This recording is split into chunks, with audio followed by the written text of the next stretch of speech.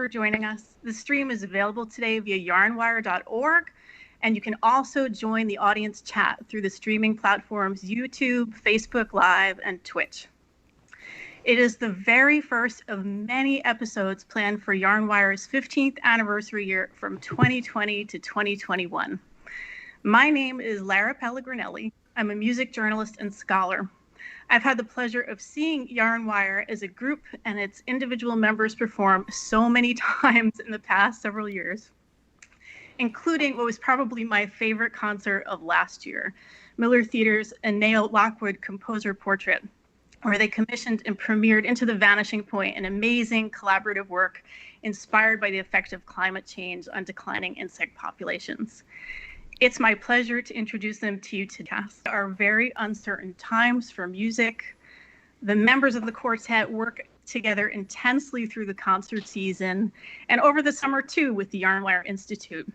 And it's my understanding that you haven't been on stage together in 5 months. And how do you continue to move forward as an ensemble given the current climate? If I can go ahead, I think this is the challenge right now for us. We are used to being in the same place, to be here for rehearsals and concerts, and same with Ian. But really, the challenge now with COVID-19 and coronavirus is that we actually can't even travel to do these kinds of things. So really, the way that we operate has been completely changed and altered, and we're working through that. I will say this web series was a kind of answer to that predicament. I know we're not making music, but when we were looking at our 15th anniversary season, we had originally, planned, and we still wanted to kind of look back at what we're doing over the last 15 years, and came up with this idea of talking with composers that we've worked with in a way of kind of looking back and kind of digging even deeper into this stuff. So it's nice we get to be in the same place at the same time 2 times a week now. We've scheduled it in, and in addition to our other meetings. So it is nice to be back in touch, even if it's virtual.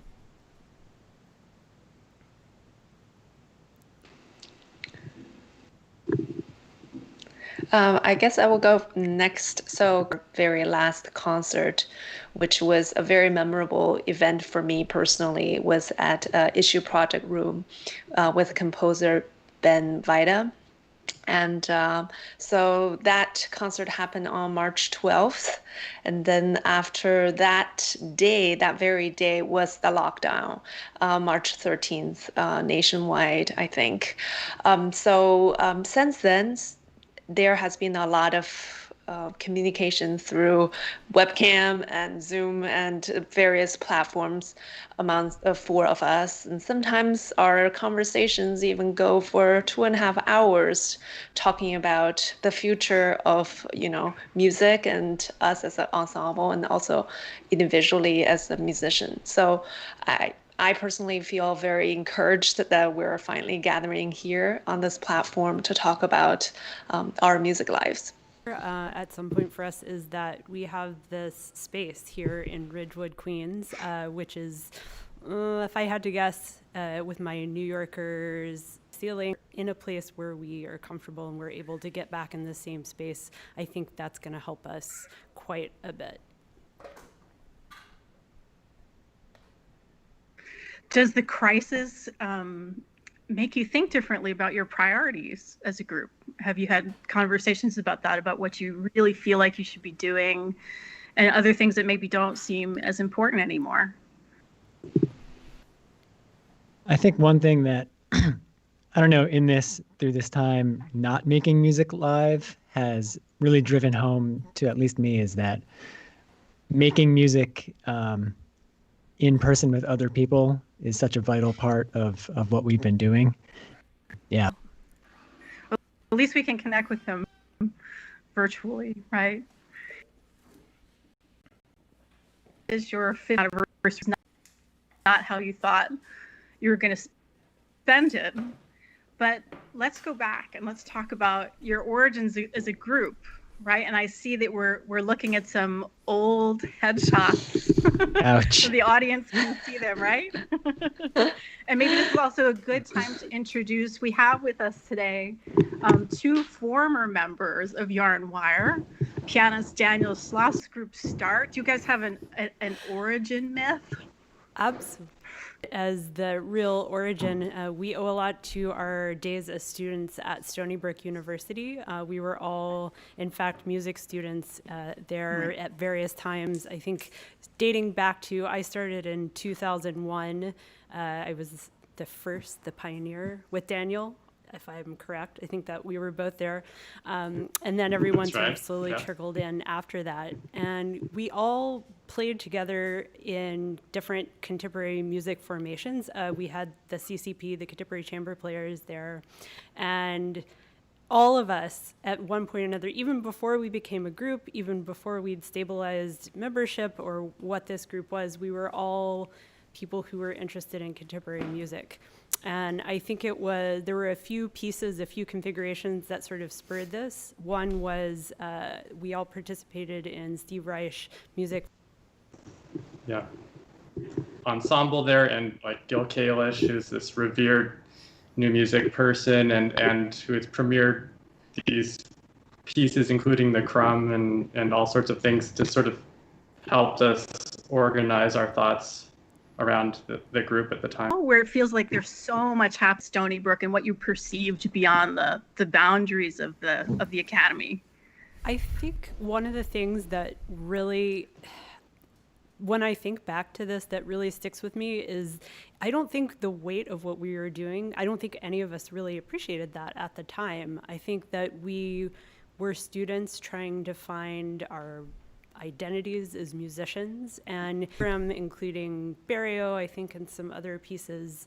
And I'm not even sure the whole recital was fully yarn wire, 2 piano, 2 percussion, but it wasn't a concentrated effort. I think this was still in the days where getting into contemporary music was maybe less of, like you were saying, it didn't feel so momentous and so imperative maybe at that time. Yeah, it wasn't maybe like, I hate to use this term, but like careerist in a way. We really just wanted to make music together, like Laura said, and just, choose. Mm-hmm. We ran out of repertoire, so we had to choose it.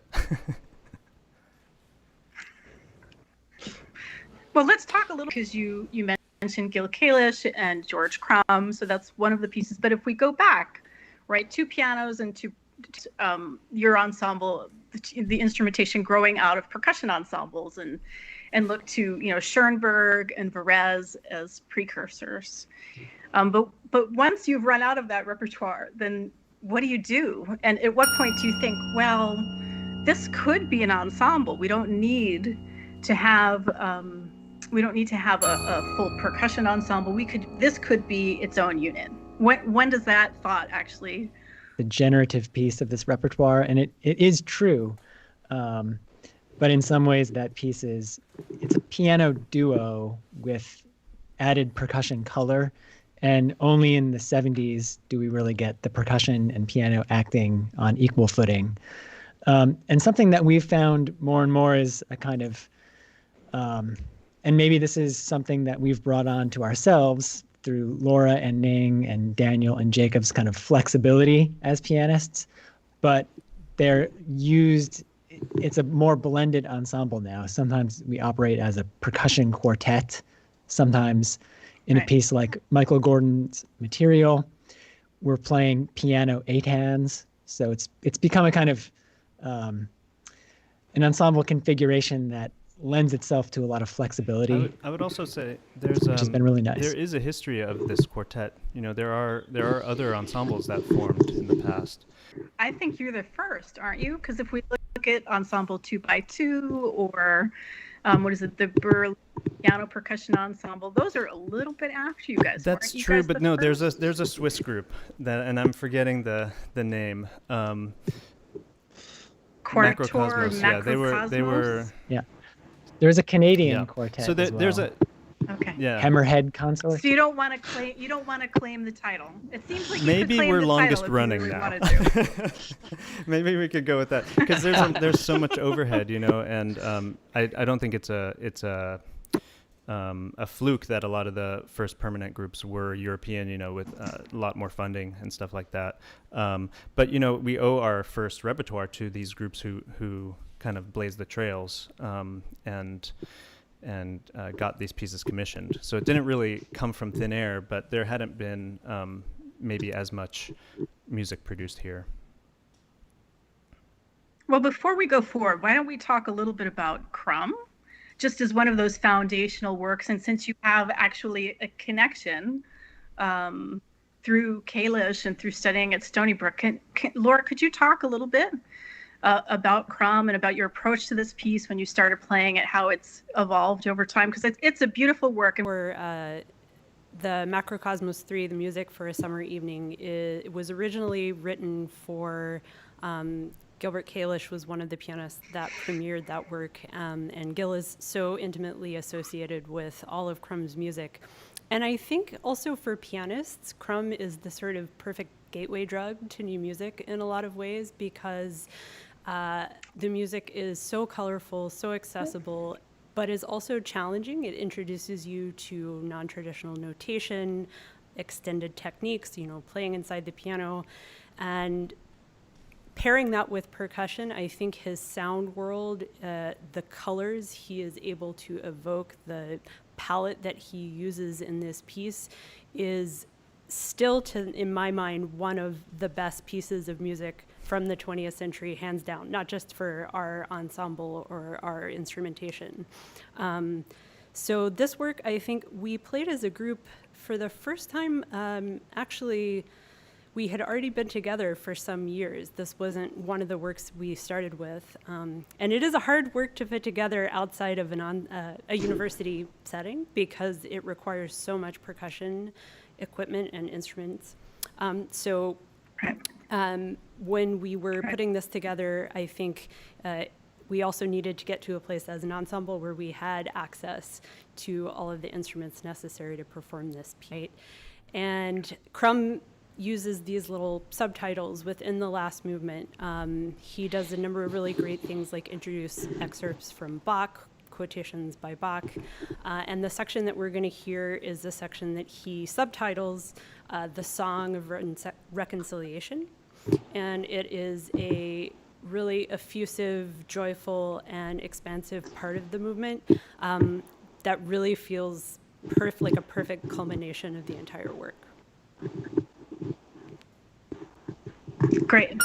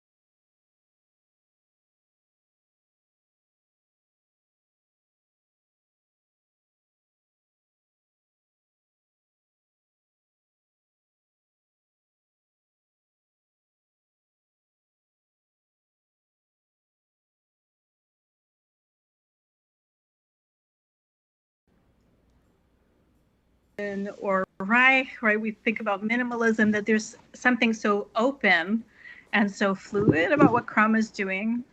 It was interesting for me when I started preparing to do this webcast to think about what this piece might mean in terms of your identity as an ensemble as well, right? Because it seems to me that you have not done. I mean, we could talk about lots of percussion ensembles where there's maybe a more is more approach, right?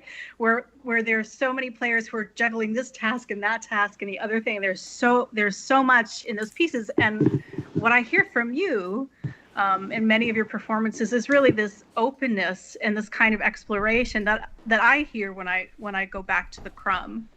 And I was wondering if you wanted to comment on that, or what your thinking is about the fluidity and the stylistically where this ensemble is in the directions that you've built it in. And there we get to see a page of the score.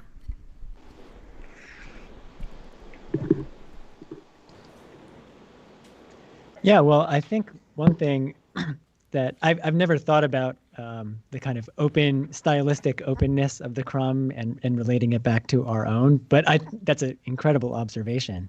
And yeah, I think it's something that, well, the most stereotypical thing to say would be it's a uniquely American approach to both composition and an ensemble. I'm not sure if I fully buy that, but I think something that as an ensemble we have enjoyed is just kind of expressing ourselves through different composers' voices and kind of seeing what fits. Mm-hmm. I would say that over the years, maybe we've tended to refine ourselves more and more stylistically, as maybe that's just the kind of aging process that's innate in any ensemble or person. But yeah, it's just been incredible to explore the sound worlds of so many voices. Daniel and I was going to ask Daniel and Jacob if they also wanted to chime in about those early years and thinking about a stylistic direction and what kind of conversations you were having about building a repertoire for this ensemble, right? Creating new pieces. If you feel like in the early days there were landmarks in terms of certain performances you gave, or compositions you commissioned, or residencies that you held. Well, I'll just chime in first. I felt like, yeah, the Crumb is such a central piece, but also I feel like the Barrio Linnea was, for us, the piece we really did most those first couple years. And it also sort of was indicative of that kind of European school that we seemed to focus on, at least in those early years. But that there was a sense that there was a bunch of European composers that didn't get as much play in the United States. Like, I think even at that point, someone like Lachenmann, who didn't write for this configuration, but that he was somehow this big unknown in the U.S. even though now he's considered dated. So I think that's sort of, or he can be considered dated at this point. But I think there were sort of like, those were the sort of thoughts we had, wanting to explore in different directions. But of course, the ensemble's taken off from there. But maybe Jacob has some other thoughts. I have a bit of a different perspective, I think, just having joined the group after it had already been kind of formed and we're building the repertoire. So it struck me that I think the goal of the group was really to seek out composers that would create pieces that really showed what Yarnwire can do best. And I think the Crumb is actually evident of that. Just with the excerpt of it, which is one of my favorites. I actually never played it with Yarnwire, unfortunately, but the blending of sounds, and I think that's really what the ensemble is about, at least when I was a part of it, is just finding these sound worlds where all the parts come together so beautifully. And that was a large part of, I think, working with composers, was finding composers who could really hear things so clearly and really make effective, beautiful music through that. I'd like to just add to that from a slightly different perspective.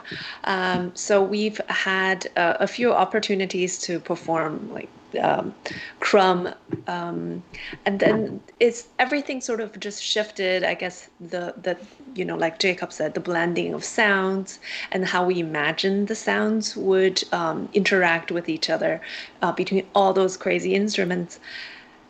But that sort of happened slowly until we were coaching Crumb for the first, basically for summer institutes at Stony Brook.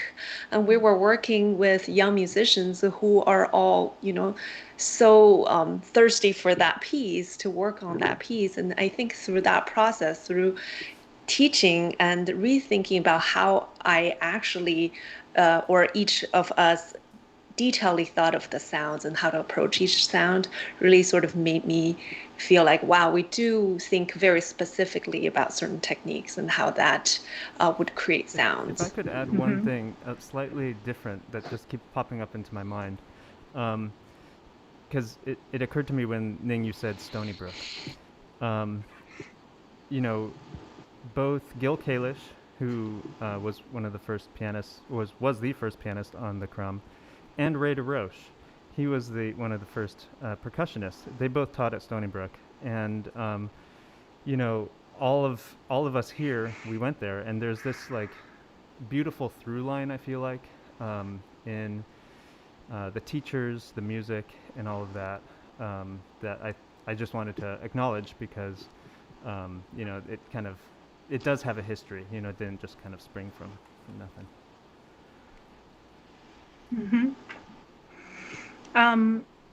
Do you remember the first commissions that you got, where you were working with composers? Can you tell us some of the early ones, or the first major grants that you got? We had a collection of pieces called I think it was Composing New York. Yeah. That's what we called it. You won't find that if you Google it, but now it's out there. And it was a bunch of our friends, and I think Ian knew Alex Minchek, he knew Kate Soper, and I had met David Franzen at Darmstadt, but he lived in New York at that time. And so we literally just asked our friends to write pieces for us, and that was the first batch. We did them at Roulette, I think in around 2010 or 2000, a little bit before then. Yeah. Right. And now all those people are pretty big names, I would say. All of you have come up together. What's your philosophy in working with composers? I think, if I can jump in right away, I think one of the things that has really evolved over the years, especially as we've moved away from being students into sort of being artists in our own right, although I think definitely the seeds of this were already there when we were students, is this idea of real back and forth collaboration with composers. I think that's one of the great things, again, and we're talking a lot about Stony Brook, but it really was. I mean, there was such a wonderful environment where composers and performers were encouraged and are still encouraged to really see each other as equals. And I think that philosophy really infused both our early commissions and I think we continue to move even more in that direction as we get older and more involved. I would. Okay. Sorry. So then. I would also add that. Go ahead. This is a very subjective thing, but we always choose composers whose music we feel has some resonance with our lives, some depth, and that we could see their pieces being played multiple times. Sometimes we don't know that until we've played the piece, so that's just how it goes. But when we're looking for people, it's not just like, oh, you're my friend, let's do this. We do have a resonance with composers somehow. So then, if we were going to use the example of Thomas Meadowcroft, right? You have this wonderful piece that you wrote for you called Walkman Antiquarian. Ning, could you tell us a little bit about your work with Meadowcroft? What is he like? How did that piece come about? Absolutely. And, yeah. All right. So I believe, Russell, you knew Thomas from being in Germany, Okay, correct? I'll let you know. I found him on a website with that had other composers that we had liked, and I was like, oh, Thomas, this music is awesome. So Thomas is actually Australian or native, and I believed he may have studied with George Crumb at University of Philadelphia, correct? Pennsylvania. Yes, Pennsylvania. And then he moved to Berlin and was based in Berlin when we were working with him on this piece. And this piece was composed in 2013. I think it was one of our first very early pieces for young wire currents. So a series of collaborations since 2013 with composers who are emerging, and also we ended up working with a few very established composers as well for young wire currents. And Thomas' piece was such a surprise. I mean, just speaking personally, and he has gone through with a few revisions of the piece. So I think this particular version is from the very early version where I played 2 full keyboards. And then now I'm actually have downsized. He has downsized me to a 25 key tiny keyboard. Okay. So yeah, so he's really slimmed a few technology aspects of the piece down. And I think we didn't have a really long working, face-to-face kind of collaboration with him. It was after the piece had already written, and he was very, easy to talk to and easy to work with. And we have loved working on this piece. Since then, I feel like each time we do little different. I think from the video you can see there are so many different things. Sometimes we have this kind of tree branch, and sometimes we have that kind of beads popping into different speakers. Somehow each time we perform the piece is different. So this particular section that we're going to hear is right after Lara's beautiful and epic piano solo that leads the intro of the piece. And this is when the moment that 4 of us are playing together. Okay, why don't we see this? We'll take a look at this now.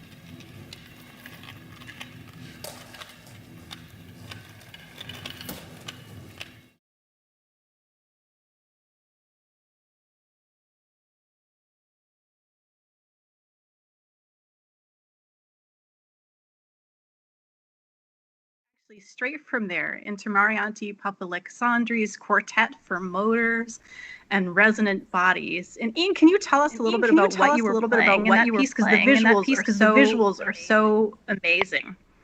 Sure, yeah. Marianti's piece is, we premiered it on the same concert as the Meadowcroft, but it's like as far away from that piece as you can get. I feel like we're operating almost as sort of technicians in that piece, operating these 4 handheld motors that that she provided for us, and she custom cut these wooden discs to fit on the motors. And the score is a series of instructions saying, slowly raise the motor from the resonant body of this piano sounding board or the bass drum. In the excerpt we just played, you heard us slowly lifting different materials while a beaded chain slowly fell off of those materials. So I think we have a little visual of scene 3, chain, here. But yeah, it's a great piece. I think the one kind of similar thing is that once we premiered it, this was the video of the premiere, we met up with her again and she kind of fine-tuned our motor skills. So even with something like this, it was a very musical experience. It just really shows how vast the world of percussion can be. How much out of the box thinking there is, how, wide the array of sounds are that you can make, all of the exploration that goes into timbre, and it's beautiful. I love both of those videos, and I would encourage the audience to go and check them out on your YouTube channel where they can see those pieces in their entirety. And if I can just interrupt really quickly, we're definitely going to spend some time on future episodes going into depth on all of these pieces. So if your interest is piqued, come join us again, and we'll be talking with these composers as well. Great. So as a band, how are the relationships within Yarn Wire? What if you were going to describe your group dynamic as people? What can you tell us? Because this is a group, 15 years is it's a long time. How have you made it work? Have you ever seen that movie Metallica, Some Kind of Monster? Actually, no. No, Are you saying we're Metallica it's famous or because that there's famous?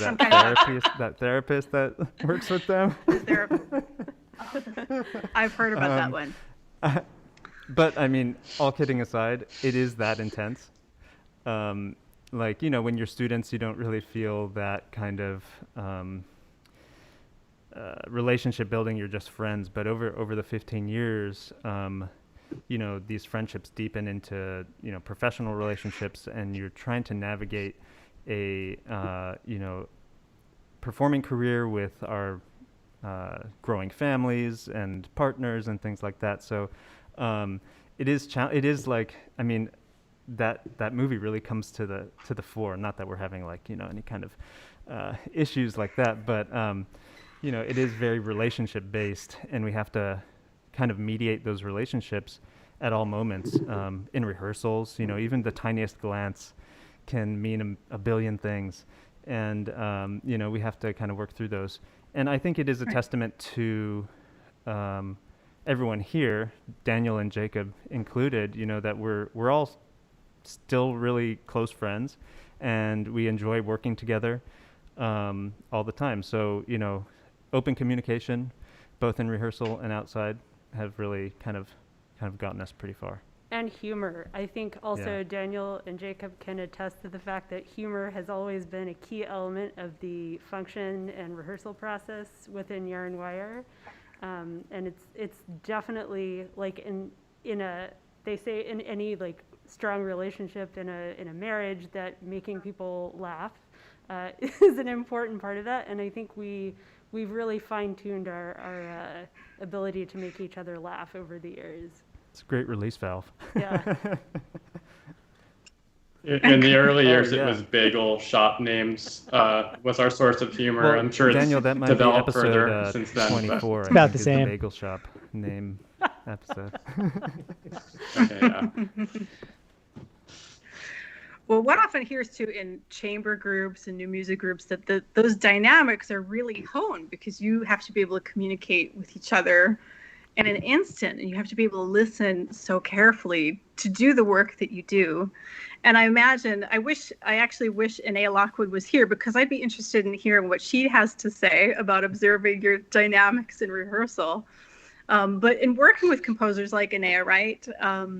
I know that it was a collaborative process, and maybe as the last piece we'll discuss today, we could talk a little bit about what that process was like with her for Miller Theater, for doing the commission, for Into the Vanishing Point. Yeah, so Ian and I had played a percussion duo of Anea's called Immersion.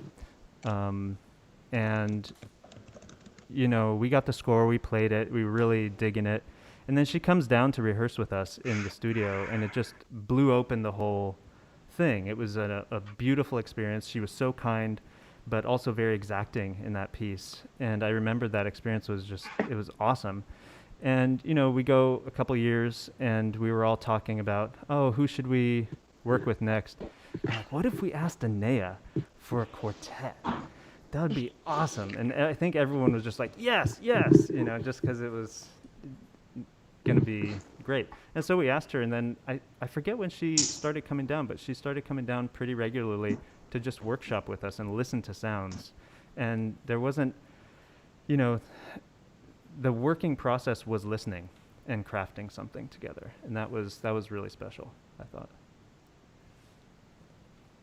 So I understand that you were just working, you would record things in the rehearsal, that there was a long time where nothing was written down. And I understand that when she was working with Nate Woolley, who is going to be a host on your Eric Wubbles webcast in a couple of weeks, it was pretty much the same. Yeah, absolutely. I think there was a point where we realized that we probably should be writing more things down, because it was, I mean, the process of working with Anea was so fun, and I would just use that word. It was so enjoyable to get together, and her ears are so incredible. And we would play, and she would suggest, like, why don't we try this?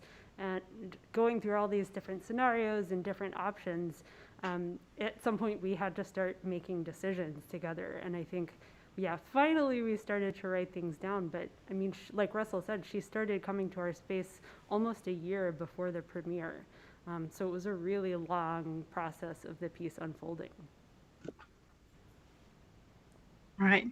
And that really blurs the lines, I think, between what is a score-driven kind of new music and what is improvisatory music, right?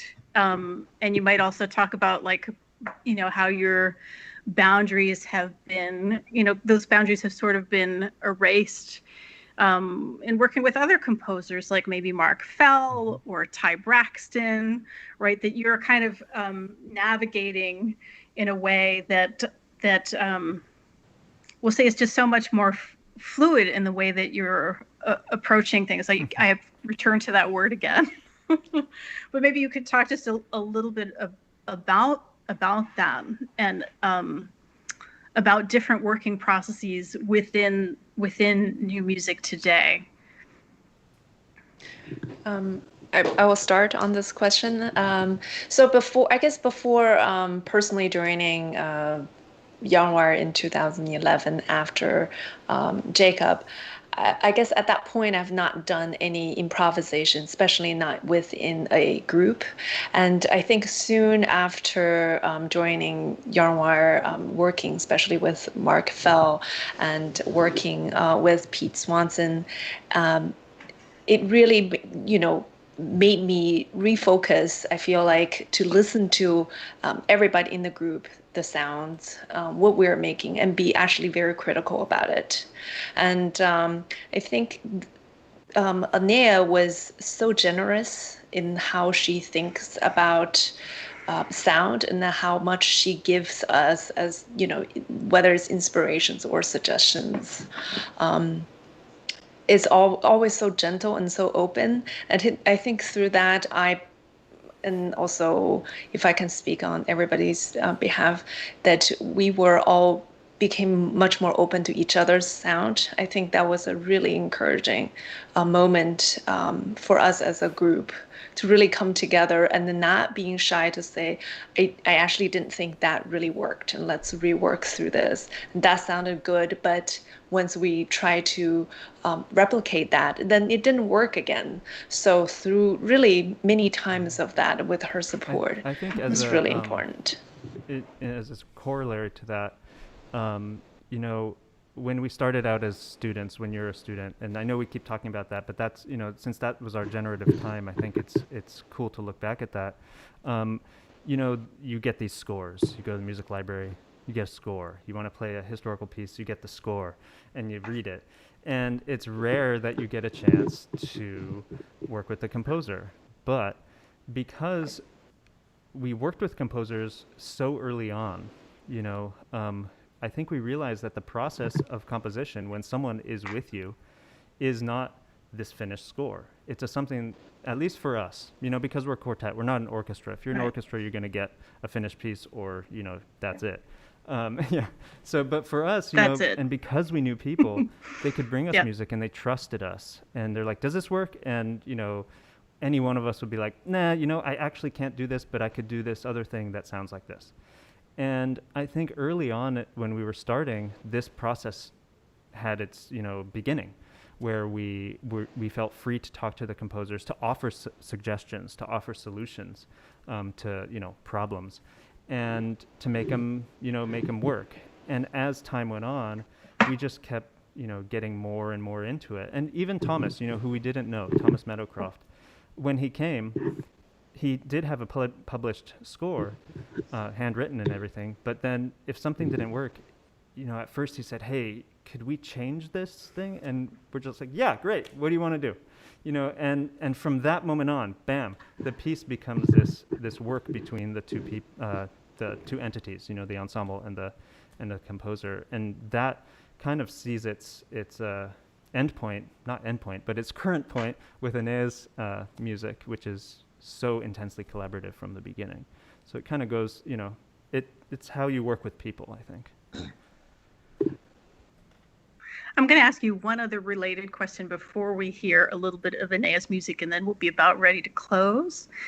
But you've also been vocal as a group about commissioning underrepresented voices, right? And we're at a moment when social justice issues are really important.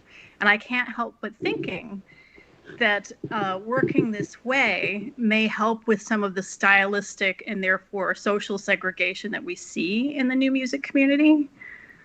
Do you have thoughts on that? Absolutely, Lara. I think you're really, that is such an important point, and I think that's something that's being discussed a lot right now, is the fact that things like notation or necessarily having a conservatory or institutional background or a certain type of pedigree, for lack of a better word. I mean, these are real issues in the new music community, and it does exclude a lot of people from the process of making music, of getting access to higher profile performances, to funding, all of these things.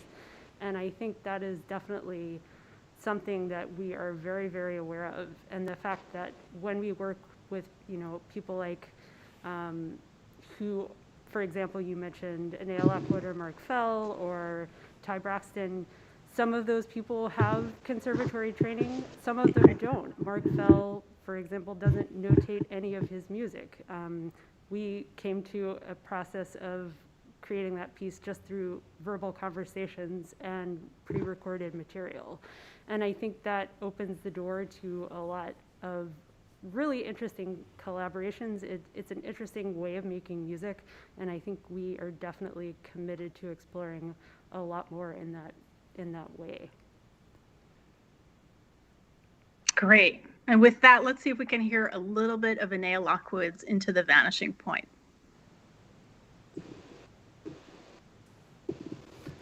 I think the clip is not quite working. It might be corrupted. This is We can, yeah, it goes like this. No, We can vocalize it. This is one of the challenges that we have for this new forum, and I'm excited to see where it goes in the future. It is a work in progress, and right now we have a corrupted clip, so we'll take it out. All right. Well, that's just more reason. That's just more reason for people to go to the website Right. and to go to your YouTube channel so that they can hear and see these works. So I know that you all had told me when we were prepping to do this that much like the way you work with composers, this webcast series is going to be process oriented, that it's sure to evolve over the episodes that you're doing. And there are many, many upcoming episodes for this to play out. 6 more that we can share with you now, right? So I'll list them down. So this is a regular Tuesday, Thursday event. Today is Tuesday. This Thursday on the 27th, you'll be talking with Kate Soper. On Tuesday, September 1st, Mei Fang Lin. On Thursday, September 3rd, Alex Minchek, who was already mentioned in the webcast today. On the 8th, David Franson. On the 10th, Aaron Einbond. And then on Tuesday, September 15th, Eric Wubbles. So if you joined us in the middle today, we're just going to remind you again that this webcast can be found at yarnwire.org, that it's streaming on Facebook Live, on YouTube, and Twitch. Today we had an audience on chat, and on future dates, the ensemble and the composers will be taking questions from the audience. All the episodes and the supporting materials for each episode will be archived at yarnwire.org. And if you have any feedback on feedback, the name of this series, now or in the future, you can email it to feedback@yarnwire.org. And with that, Laura has some people to thank in support of this webcast. Absolutely. We have to give a big shout out to Rob Cosgrove, who is our technical director. He's making all the magic happen today for us. And Danielle Bonayuto, who's helping us with chat and community building in association with the feedback series. And I also definitely have to give a big shout out to the Ernst von Siemens Foundation for their support in making this series possible. And finally, I just want to do a quick plug for a new community that Yarnwire is creating online called Patreon. You might be familiar with it. And this is an opportunity in the absence of live concerts, getting a drink at the bar after the show, chatting together about music. We're attempting to build this community online. So please come out and check out our page at patreon.org. Just search for Yarnwire. You'll find us there. And there's lots of information on how to be a part of our online community this fall. Excellent, Laura. Thank you so much. So this was our first episode of Feedback Today, 15 years and counting. Thank you so much for joining us today. And on the way out, we're going to be playing Ty Braxton for you. Thank you so much for joining us, and we'll hope to see you here again. Thanks.